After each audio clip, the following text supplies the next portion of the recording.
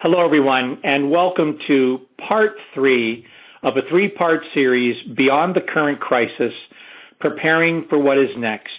My name is Rem Jackson. I'm the CEO and founder of Top Practices, and with me are Dr. Peter Wishnie, who's in private practice in Piscataway, New Jersey, and is one of our 2 coaches, mentors, and guides in the Virtual Practice Management Institute at Top Practice, and Tina Del Buono, who is manages a private practice in Santa Rosa, California, is a consultant. Both Dr. Wishnie and Tina lead our programs, our courses, and everything in Top Practices, including the ability for you, and I'll show you later how you can actually reach out to them and arrange to have some private individual coaching with them as well. Sometimes you just need a jump start, and that's the way to do it. And so I would like to welcome both of you to the call today. And I also want to say, if you haven't listened to parts 2 and part 1, this will stand alone, but I highly recommend you go back and review all of the content.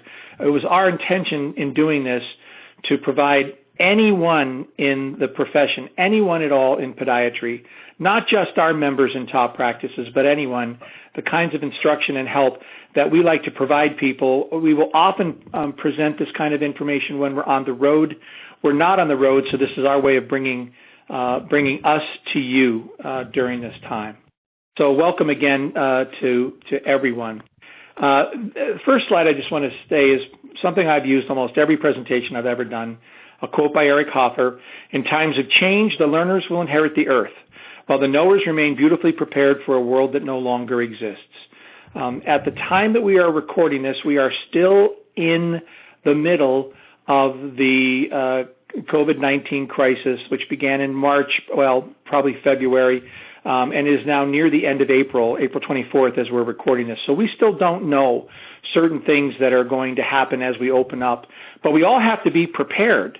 And one of the goals that we have in Top Practices is to mastermind with smart people all over the country about how we're going to be able to have a new reality wherein, until there is a vaccine for this, we're all going to need to venture out. We're going to need to live our lives. You are going to have, in fact, at this time, I will tell you that every single Top Practices member that I've talked to this specific week has said their volume has begun to tick back up.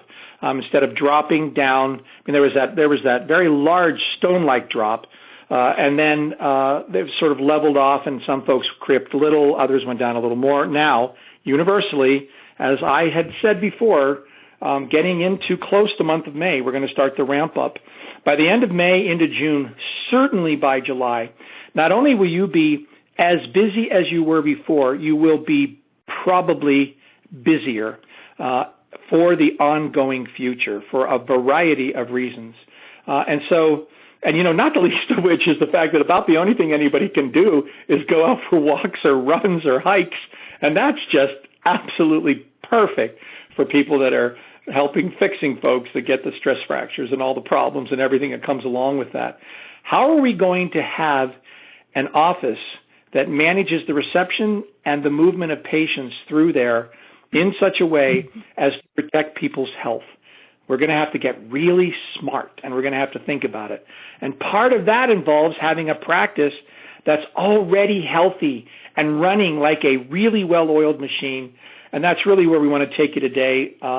And so I'm going to start now and turn the microphone and everything over to Dr. Wishnie. So, Peter, take it away, sir, and thanks for being on this.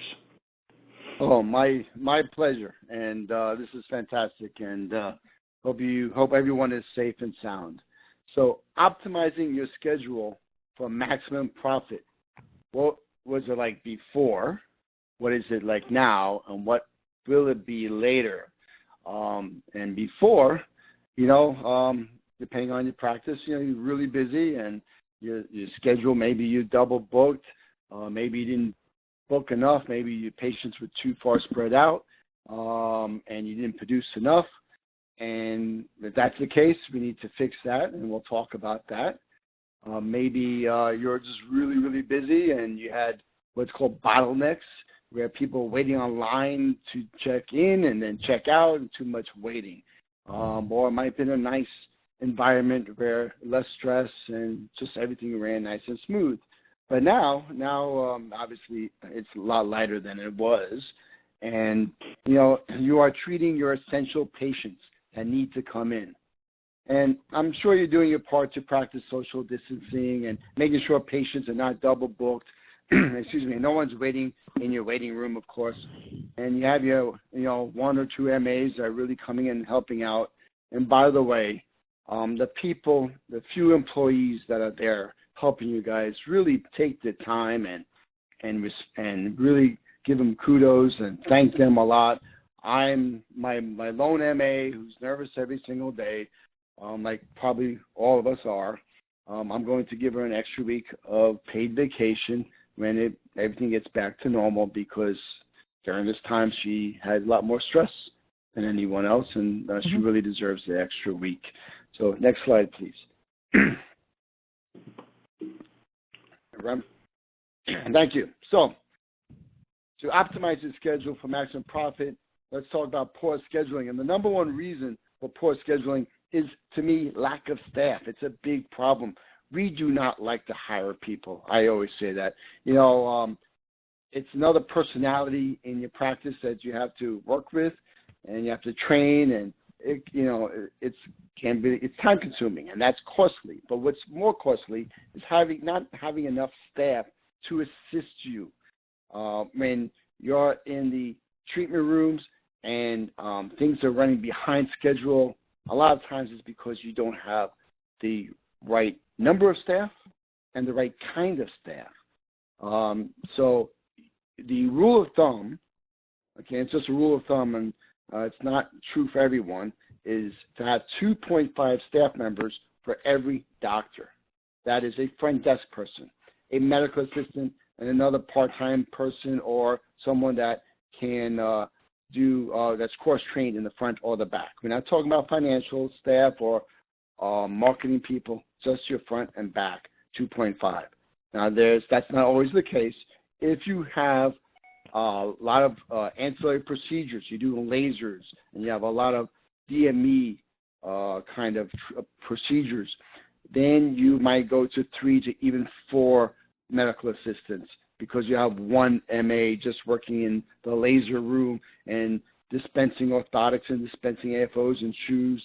And then you might have, depending on your state, not in my state, but maybe in your state, you can have an ancillary staff member debride nails and do a few other things that some other states can't do. So those are not high ticket items, and you wouldn't have another staff member doing that.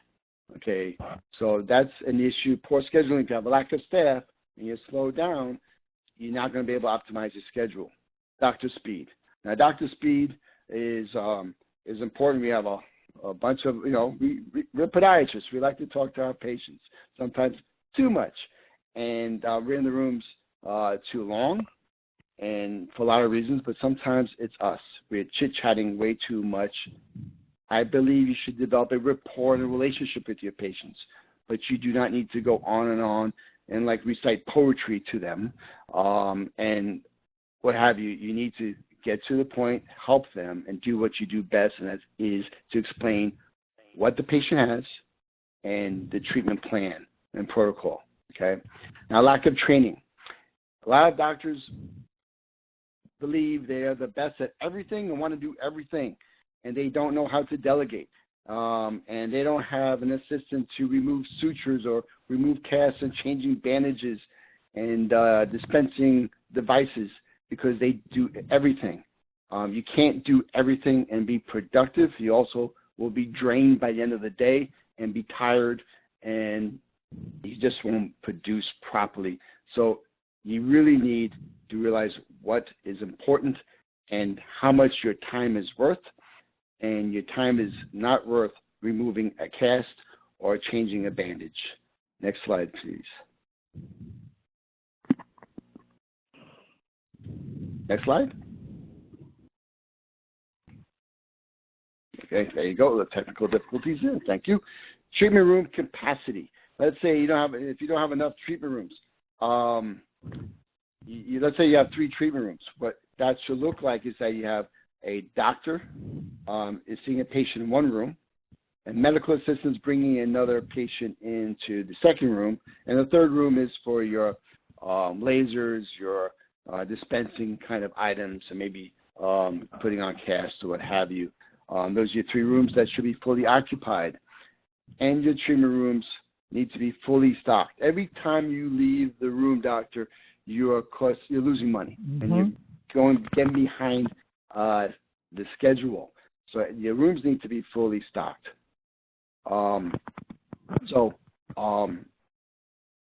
So that's basically, let me tell you about how we schedule now and how my office schedules. And every office is different, and you have to figure out what's best for you. You can schedule per treatment room.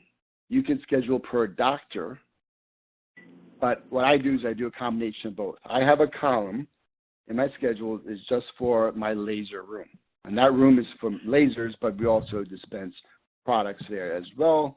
But sometimes when we can't do that because the lasers are more important, we have a separate area where we could dispense orthotics and shoes and AFOs. And then each doctor has a column. And then in each column for a doctor, there are two separate columns, which is column A and column B, I call them. And for example, at 9 o'clock, there's 2 time slots for 9 o'clock. And I call them A and B is for anything a medical assistant can do that's not basically productive, such as I said, removing bandages, removing sutures, changing casts, and even post-op appointments. And those go into the second slot. The first slot is for everything you do. That is a new patient. A new patient's 30 minutes long. We have separate times just for new patients, which is an hour prior to lunch and about an hour or 2 hours prior to the end of the day. We put away an hour time for basically 2 new patients right there. We could also schedule new patients anywhere through the schedule, but we know those are the times new patients want to come in, so we make sure those times are left open for them. So then you have your new patients, you have your productive column A, and then you have your column B. You always have to make sure, your front desk staff have to make sure that you have enough medical assistants to handle this. Because if you have 2 or 3 doctors and you keep on, we only have 2 doctors in one office at a time, but let's say you have 2 or even 3, you have to make sure that each doctor has the medical assistance necessary. And if you're running behind and you are not chit-chatting, you're not on your phone, you're just moving along, but you're still running behind, then you need probably another assistant or front desk staff. For us, optimum is when we have the 2 doctors in the office at the same time, we have 4 medical assistants, and we have 3 front desk people. And that's for us is optimum. And sometimes I feel we could even use a 5th medical assistant. But the stress, the stress comes about from not having enough people and having your staff member, I see this all the time, where you have one front desk person who's checking the patient in and checking the patient out, answering the phones, doing all these things. Mistakes will happen. If you want to know why you're not getting paid on the back end after a crazy busy day, because your front desk person can be making mistakes because you're asking them to do too much. So you have to simplify the task and let them be really, really good at it. And you have to realize that it really doesn't cost you money for the staff person. It's making you money. Because when you have an efficient office where people love to come in and refer others, now you're optimizing, your revenue for that. So always look. If you're not sure where the bottleneck is, where the problem is in your practice, do a time study. Have a little postcard, like an index card for each patient attached to their chart or the encounter form, and what time do they come in, what time is their appointment, what time they come in, what time do they go into the treatment room, what time do they leave the treatment room to go to the front desk, and what time do they actually exit the building. And if you do this time study, you'll find out where the bottleneck or the issue is that you can solve. And it's usually one of those things that just mentioned. So if you're, again, I mentioned this in the other parts of our series here, that if you are not working at optimum levels prior to the pandemic, whether you had issues prior to the pandemic, you're going to have the same issues, and this is all done. But you can't afford it now. You can't afford to have these same issues because you have to maximize your revenue to the fullest so you can make up for lost time and then get back to a thriving organization that you should have. So, yep, that's basically what I have about scheduling. Well, thank you, Peter, and that's extremely well said. I will say I had to chuckle personally because when you mentioned Dr. Speed and you said, an issue with reciting poetry to your patients, now most people thought, why would he bring that up? But folks, that was a real issue in a real practice, for real. And so it just had to, I remembered it actually a little fondly, so I just want to say thanks for bringing that up, Peter. Excellent work.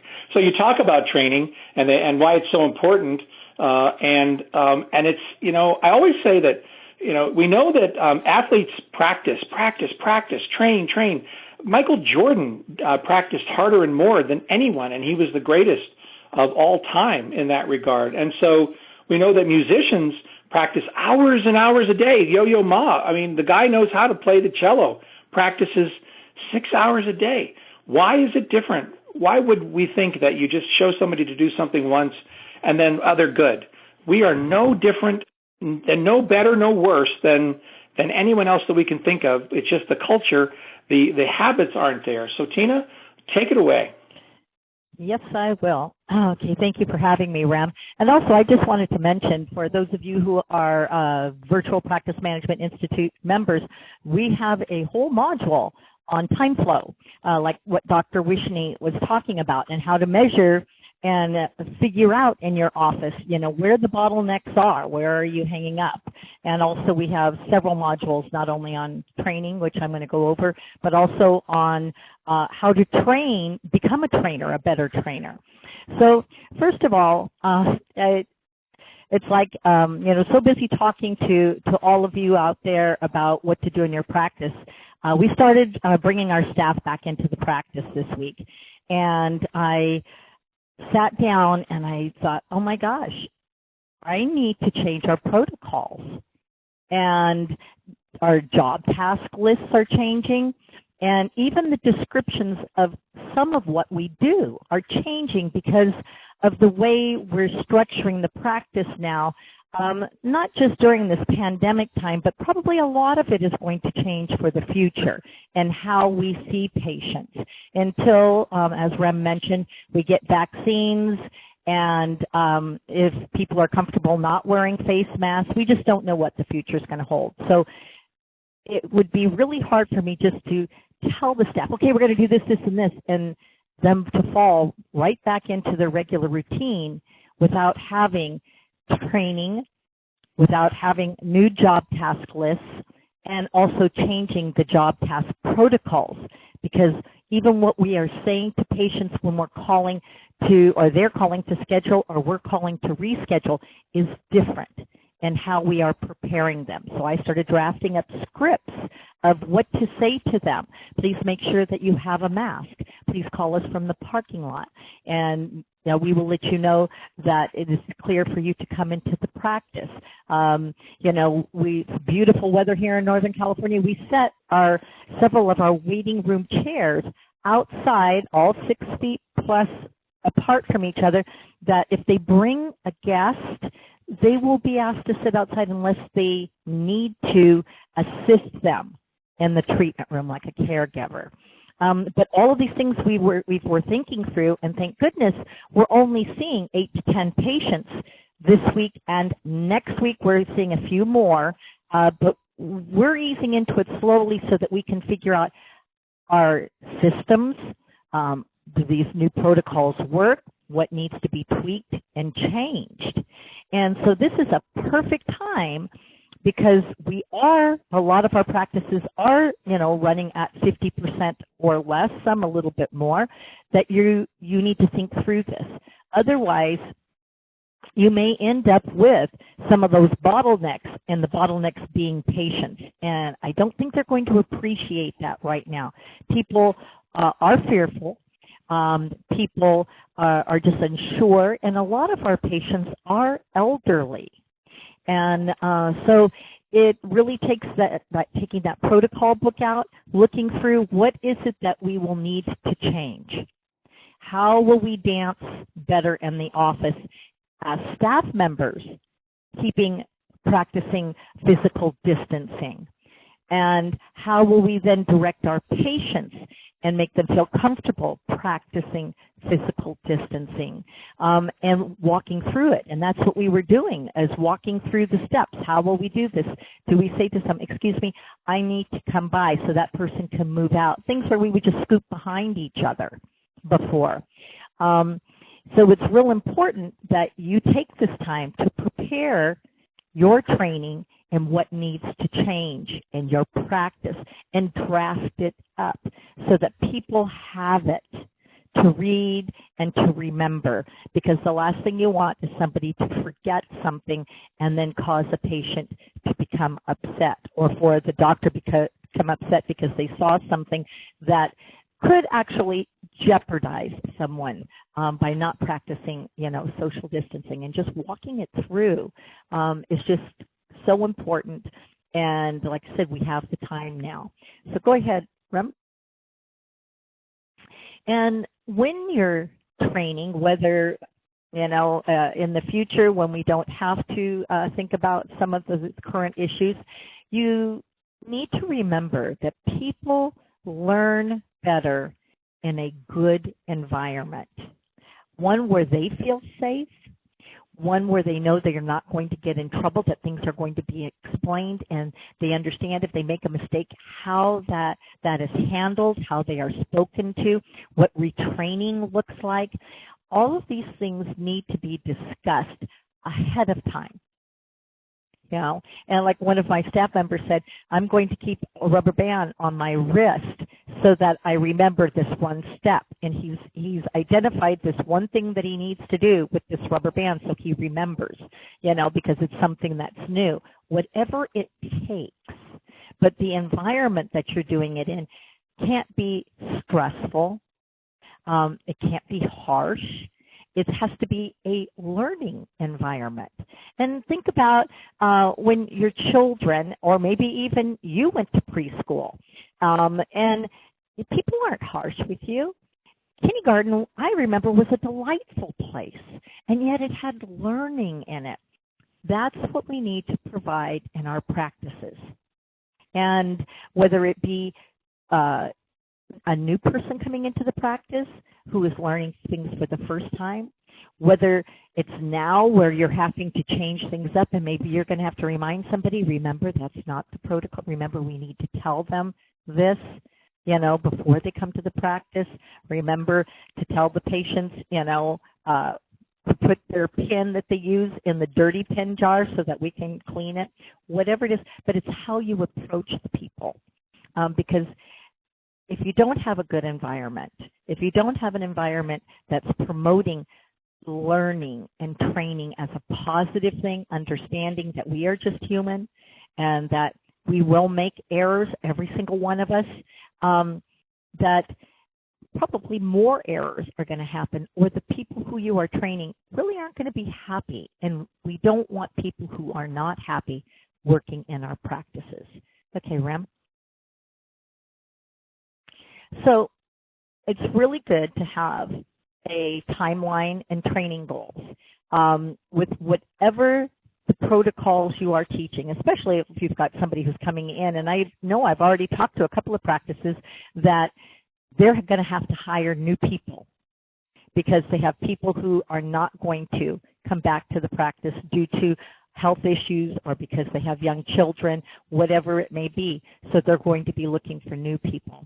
So when you're training and you have your protocols and you need to have a schedule of what is this person going to learn in this first week? Be realistic. Maybe it's only one or two things that they're going to be mastering because of depending what the position is. And then it's checked off at end of that week, that yes, they did meet that. Or you're rolling over that they're going to continue training into the next week, and you're going to add 1 or 2 more things on it. And you should have your training guidelines and goals already printed up for every position that you have.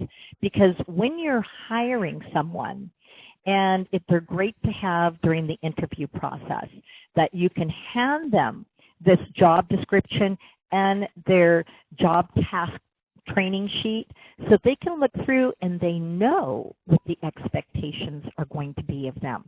They know that you're organized, that you're going to deliver on this type of training. Can you imagine how good that person will feel? They will go, okay, I'm not getting thrown in with the lions. I'm going to be trained. And they also know that they're going to take their time. This is how much time I have to learn these tasks. And then I'll be tested on it and checked off. So you need to be realistic with what you're going to be training in your timeline. You need to know the correct pace for employees to be able to absorb and retain information. And people are different. I always ask, how do you learn the best? Some of them it's visual. I'm a real visual person. I have to see it, and I also like it in writing. I like it in writing. I like to see it done. Okay, some people are very, very different, and some people need repetition, a lot of repetition, and some people need to take notes and have their little notes and cards in their pocket, or a little notebook that you provide them with. Ask them, because people learn differently, and the thing is we want to make them successful. Yesterday I typed up little new scripts of what we will be doing and how we will be having a patient enter the office. The temperature's taken first. This is, and then they go to the first checkpoint where there's a box there for them to stand in. And I've drafted it out so that everybody knows this is what is going to happen. Okay? Because the key is that everybody be able to master the task. And that's what you want. When everybody's on the same page, everybody's learning how that office runs, the different tasks that go along with their positions, they know, I'm going to master this.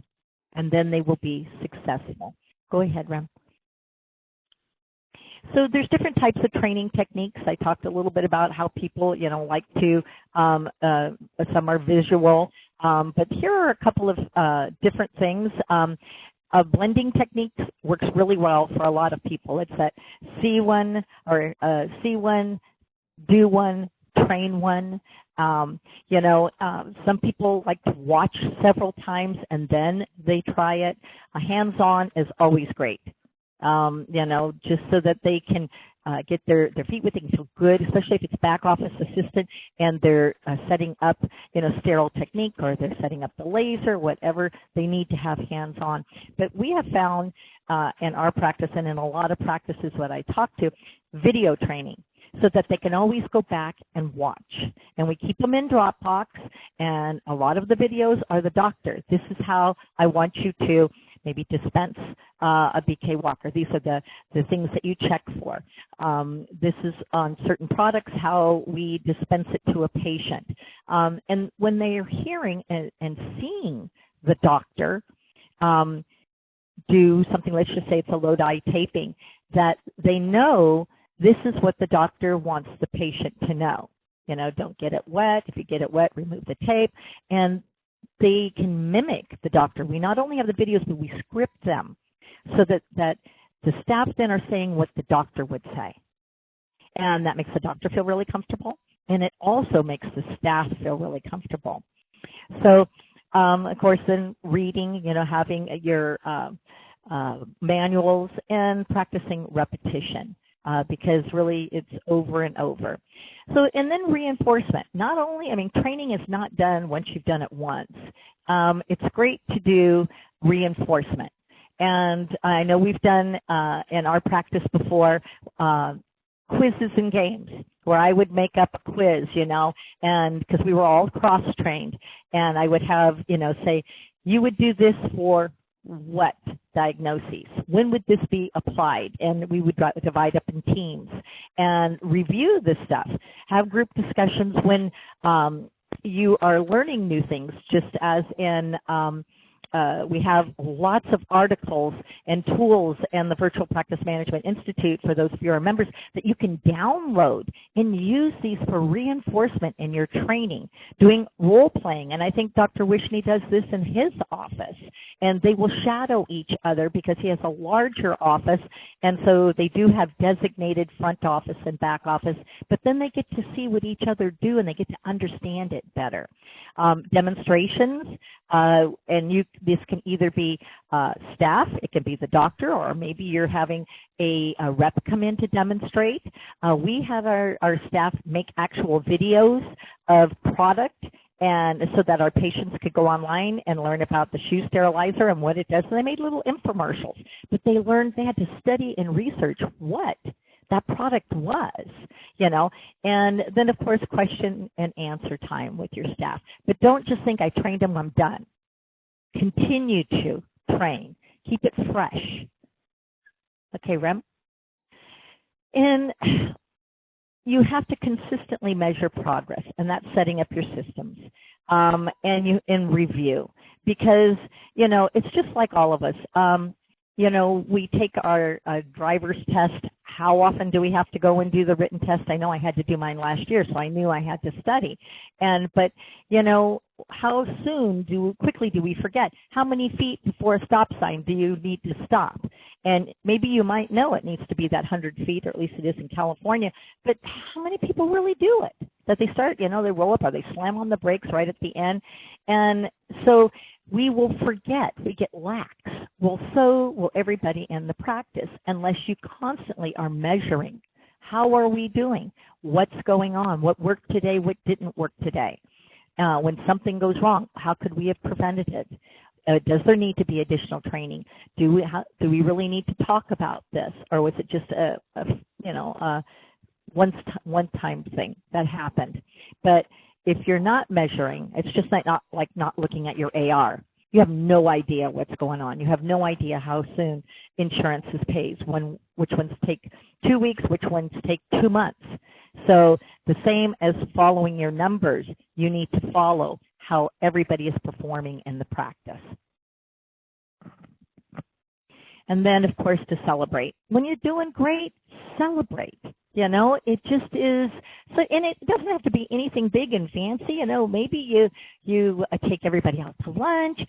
Maybe you bring cupcakes. Maybe you just say, you know what, you guys, thank you. You guys are awesome. I can't do it without you. And I just want you to know.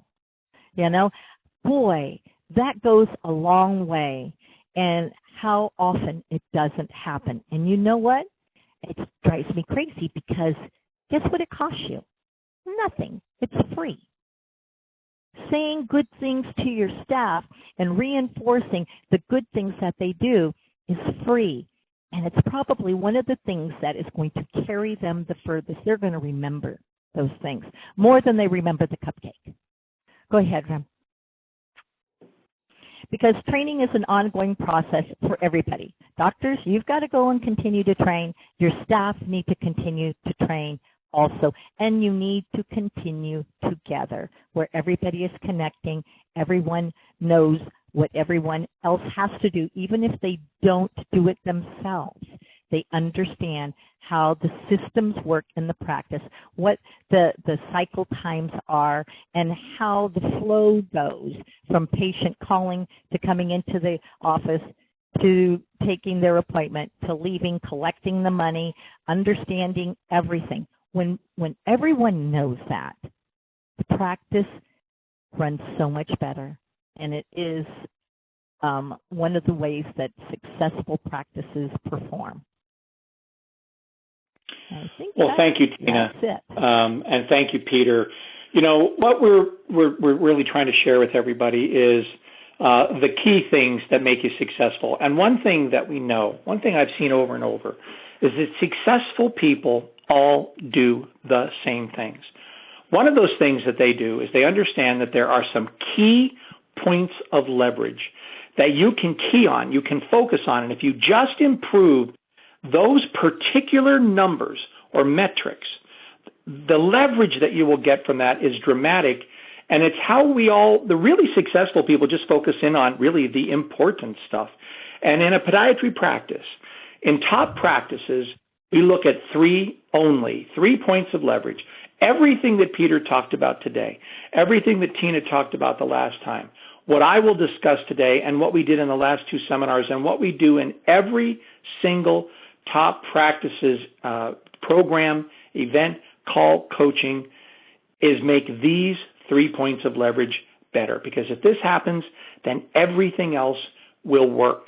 Those 3 points are patient volume, the number and the quality of patients that are in your treatment room every single day, the reception room, the whole thing. I'm going to speak about that in just a moment. The per visit revenue, it's calculated by total number of collections divided by total number of patient visits for a period of time, 1 year. For instance, you should know what your per visit revenue is, your PVR from last year, and you should know what it is this year to date. And if you know that number, it's going to give you a very clear example of how comprehensively you are treating your patients. And as your profits increase, as your revenues go up, so does patient results, patient care. And the last one is dollars per hour. And I've talked about that before. That is, how efficient is your practice every hour that it's open?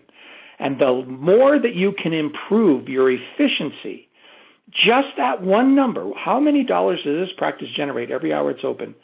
The more your profits will soar, your stress will drop, and things get better. But you have to do a lot of things right. So patient volume, the number of patients in your practice every day.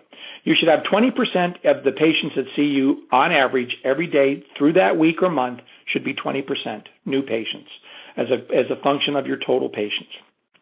Every doctor is different. Some doctors see 60 patients a day. Some really struggle when they get up into the higher 20s. I've noticed that the sweet spot seems to be right around 32 patients. 32 patients at a very high PVR with a staff that's producing high quality dollars per hour can really take your practice to levels you could never have believed you could have produced even by yourself. Patients can only come to you from one of four places. They come to us from the internet. They come to us from referral sources, both medical and non-medical, around your practice. They come to us from word of mouth, that list of people that know you, like you, and trust you. Your patients, inactive patients, really inactive patients, anyone that's ever requested information, anyone in your database. And they can come to you from the community and the kinds of programs and things that you do there.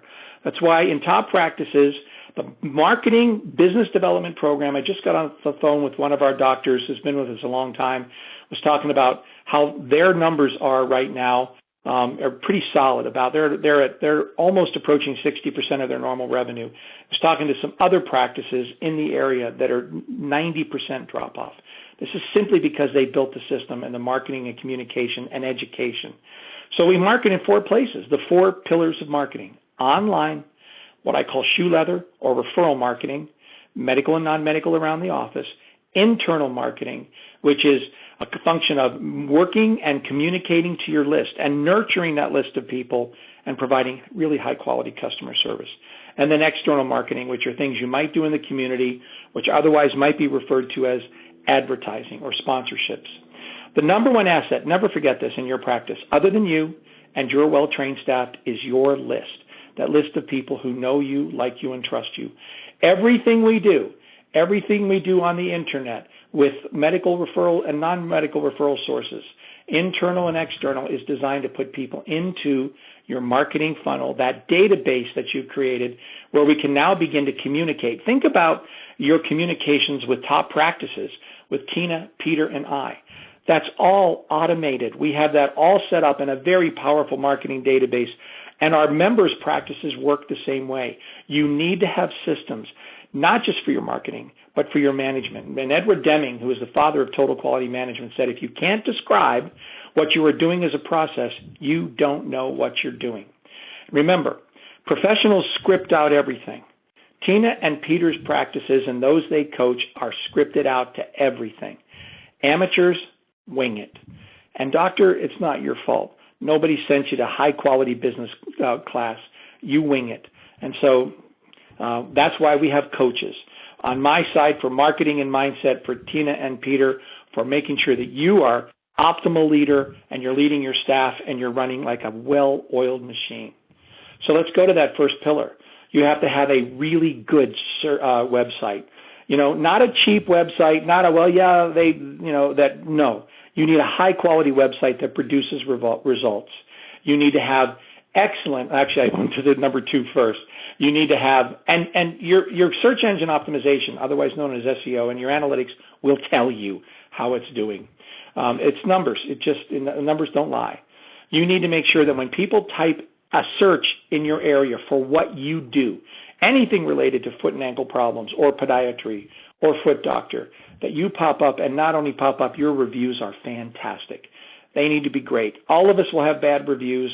We work with the public, and some people in the public can't be pleased no matter what.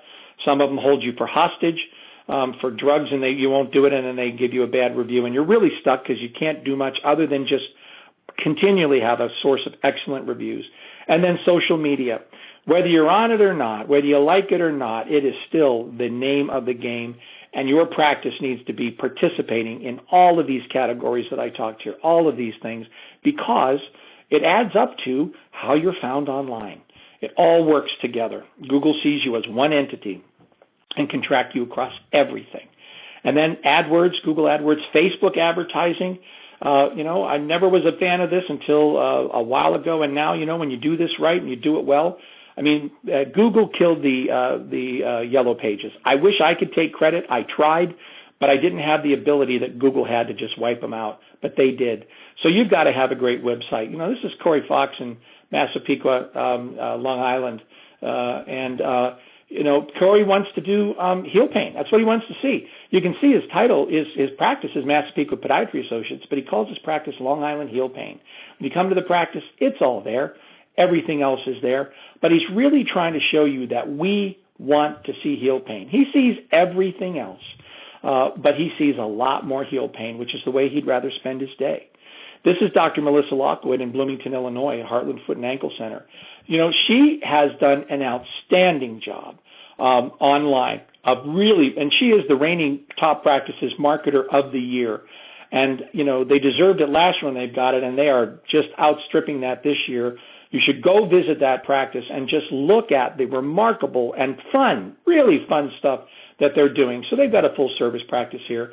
They've got all their information about, what their patients are saying about them. But they did something very unique that others are starting to really take a look at. And they're actually posting their pricing online, which is really, really cool. Some of the common issues we treat, there's heel pain, bunions, hammer toes, foot pain. Well, look what happens when you open that up. She's actually listing prices. She's actually showing people what it is. And what she will tell you is when people come in, there is less discussion, less concern or worry. They already know what's going on. It's a brilliant, brilliant strategy. Actually, it came from a book we all discovered, which is called They Ask, You Answer. Dr. Kevin Sunshine is one that turned me on to that book. Absolutely fabulous. We offer information, top practices, in providing these guides. This is a guide to heel pain that Craig Tomajan did, one of the things we produce. And these are Facebook ads that you can, it asks the question, are you having heel pain? Take our quiz and find out. We started this strategy a while ago where we're just trying to drive people to a short quiz. And here's the quiz. We use a simple program that facilitates this quiz, just a series of questions. We have some that are just questions like this, always, sometimes, rarely. And then we have some that are, does it hurt here? Does it hurt there? Does it hurt here? Does it hurt there? And at the end, the etiology of this, which was developed by Dr. Tomajan, actually will give you a result that is different depending on how you answer the question. And then we say nobody has to do this. Request a copy of our free book about heel pain, which they can download immediately right there, or call the office. This is the kind of behavior that we have now. We take these kinds of quizzes. I mean, everybody knows, you've seen that thing that says, you know what Susan Day looked like in the 70s. We won't believe what she looked like now. And then we're like, oh, okay, I'll look at that. And then, 40 slides later, they never showed you the one. We do this kind of behavior. When people are interested, they will be engaged, and this helps engage them right where they need to be. Secondly, referral marketing. This is a great list. Pause this thing and take a look at it. But, it's all about going out and building relationships with medical and non-medical referring offices around the practice. And it's so easy to underestimate the impact of developing these relationships. Right now, we can't go visit. But you know what some of our practices are doing? They're taking that kind of sidewalk chalk, and they are decorating the stoop of their referring offices saying, thank you for being here, so appreciate you. I mean, what a brilliant idea that is. And that's just one of the many, many kinds of tools, giveaways that you can provide to just build the relationship, because you've built those referring sources. They'll only stay as long as you have that relationship continue to be nurtured. The third area that we work in is internal marketing, and there's another big, long list of things that you can do. But more than anything, internal marketing is, emailing your patients once a week with something that's appropriate and does not overstay your welcome. Producing a newsletter that goes out to your patients every single month. We help our Top Practices members put those newsletters together because it takes time and it takes effort. And minimally, you have to email that out to them. But if they're quality, people will read them. But in addition to that, it's all about getting those really, really great reviews. Look at Melissa Lockwood's office at the time that I did this. 4.7 on Google, 30 Google reviews. Great bedside manner. You just want glowing, absolutely fabulous reviews. And you and your staff have to work at it. You have to try. You have to do everything in your power to do that. Now, you'll notice here's one that was unhappy, and they're ready to go someplace else. Now you think, oh, that's terrible. And I know that bothered Melissa when they got it. It bothered every single person in their practice. But you can't please everybody. But what you know yourself, if you see 4.7, 5, 5, 5, 5, 1, worst place ever, you discount that, because we all know these people are out there. And you will buy something, you will go somewhere, even if somebody said that. I'm not going to go into external marketing as much now, because this is where you're going to spend some money, some real money, where you're going to, spend, advertising or broadcast. And if you don't have pillars 1, 2, and 3 in place, which is what we do every day, then I advise you not to waste your money here, because you pay money for an ad and in any kind of a venue, radio or whatever, and you send them to a website that looks like it was done in the 1980s or has no way to communicate or open things up, then it's going to be a total waste of your money. It's not easy. It isn't easy. Nobody said this is easy. It's just totally worth it for you to do it. So Top Practices, I've changed we always called Top Practices tagline Achieving Professional Excellence, but now it's the home for private practice. Listen, I've been bullish on private practice for a while. There's been a lot of pressure on private practice. There still is. But now, more than ever, people want to see their doctor. They're sick and tired of these big systems. The future of private practice is brighter than it has ever been. The post-COVID-19 world, you watch what's going to happen. I am delighted to be totally committed, along with Dr. Wishnie and Tina Del Buono, to just help you be as excellent as you can possibly be. You can come to the Top Practices website. That's what that was, toppractices.com. We are having, in October, in Denver, Colorado, our annual summit. If for any reason by that time we can't have it, well, then we won't. But I believe at that point we'll be prepared to congregate together in a appropriate and socially distanced way. We have the room. Believe me, we've definitely got the space for this. We're going to be there. Dr. Craig Tomajan is going to be our keynote speaker. He's one of the most fun doctors I've watched in his career. He is a bias towards action, does the research, and is an impressive doctor who's going to share a lot about what we're going to talk about, which is how to bulletproof your practice, how to take your practice and make it so that the next time something happens, anything, not a global pandemic, anything, that you've got a strong, powerful practice that can weather really any storm. And I also want to say that in July, on the 31st of August of July 31st and August 1st, Peter, Tina, and I will be unless circumstances conspire and we can't come, in which case we refund everybody's registration, We're going to be in a very small formatted meeting, no more than 20 practices. I doubt there'll be that many practices there, but we will be in a small, totally, appropriate environment where we're going to roll our sleeves up with you about your practice, your issues, your challenges, because everybody says, but you don't understand, Rem, it's different for me. It's harder for me because of these things. I know you think that, and I know it is true for you, but it doesn't have to be true for you. Successful people all do the same things. We've done these small formatted groups before. It transforms careers. Come check it out. You can talk to me, Tina, or Peter. Our emails are going to be at the end about joining us down there.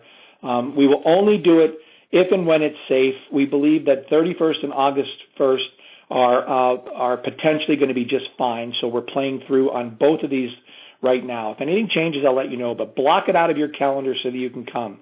On the Top Practices website, you can download a book that Peter wrote. It's an e-book called Running a Successful Medical Practice Should Be a Dream, Not a Nightmare. You can pick that book up right off the website. You can get a copy of my e-book, Why Most Podiatry Marketing Doesn't Work, 4 Simple Steps to Grow Your Practice, right there on the website. And you want to go to Amazon.com. If you don't own both of these books, my book and Peter's book about managing, well, mine's called How to Market, Manage, and Love Your Practice. And Peter's is Everything You Need to Know to Flourish in Your Podiatry Practice. These should be your go-to reference books. And they go together brilliantly. We didn't plan it that way, but they certainly do. So pick up a copy of those. You know, I'm the one that said this. Money doesn't make you happy, but being happy can make you an awful lot of money. And being happy comes from running your business. Listen, when your cash flow is great, the sky is bluer, your heart beats better, you breathe deeper and more easily. There is absolutely nothing wrong with abundance. It's actually how our world was designed by the Creator. I will tell you, the only reason there's scarcity or lack is how we think. It's the only reason. There's this great story about a group of people that are seated at a table, and the table is bountiful. The food on the table is absolutely bountiful. It's a feast, and everyone's sitting at this feast.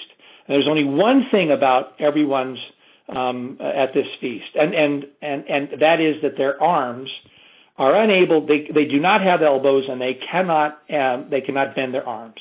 And so all these people that cannot bend their arms are sitting in front of this feast, and they can't eat because they can't feed themselves.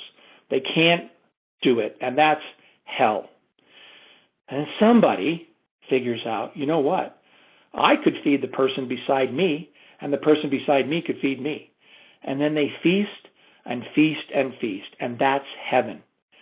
That's mindset. That is, a friend of mine said, his father told him years ago, if you're going to walk through a minefield, follow somebody.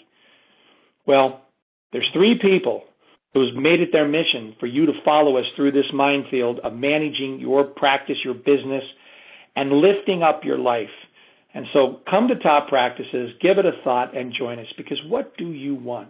Do you want to exalt and celebrate as Tina talked? You want to run a practice like Peter runs with that kind of strength? If you do, please join us. And you know what? Do it now, because the decision to start today, now, is the most important decision of your next 10 years. So look, we want to tell you that we wish you all the blessings that life can bestow upon you. And those blessings are great and many. In fact, you are already enormously blessed. We know the ways to help you get through these business issues, then we can really guide you to do it. And so you can reach out to me, you can reach out to Peter, and you can reach out to Tina at these emails. Come to the website, give us a call, set it up. We will be more than happy to just talk to you. There's no reason to not love your career and what you've chosen. And we wish you all the absolute best. Peter, I just want to say thank you and give you a chance to, just maybe tack a little line onto that, and then Tina, I'll give you the last word. Thanks, Rem, and thanks, everyone. These are difficult times. but it's all how you think about it. It's in your mindset, and I just need you to stay positive because we as a profession will grow from this. We will get stronger. It's just going to be absolutely amazing. So just get ready to work really hard soon. Thank you, Peter. Tina, final words, ma'am. Yeah, the other day I was listening to Tony Robbins, and he was talking about during this time, during the pandemic, how people are not using this time to grow or to take care of all of the things that we've been talking about today because they fear. They've got fear, and he was saying that fear is false evidence appears real.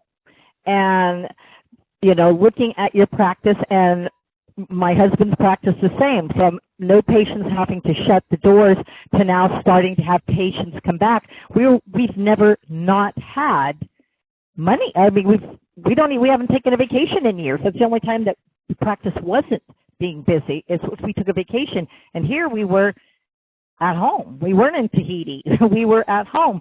And that can be fearful. Even, we were like, oh my gosh, what's going to happen? And then it was like, wait a minute, let's make it happen. It's going to happen. It's going to happen in Q3 and Q4. Maybe this quarter is just kind of like, whoa, we didn't expect this in 2020, but we can't let there be fear because it appears really real, but we have the ability to overcome that and to take action. And we're here to help everybody. Thank you, Tina. Thank you, Peter. God bless everyone. Stay safe, stay healthy, take care of yourselves, and take care of each other. And remember, when you wake up in the morning, smile. And then have a really great day. Nothing is more important.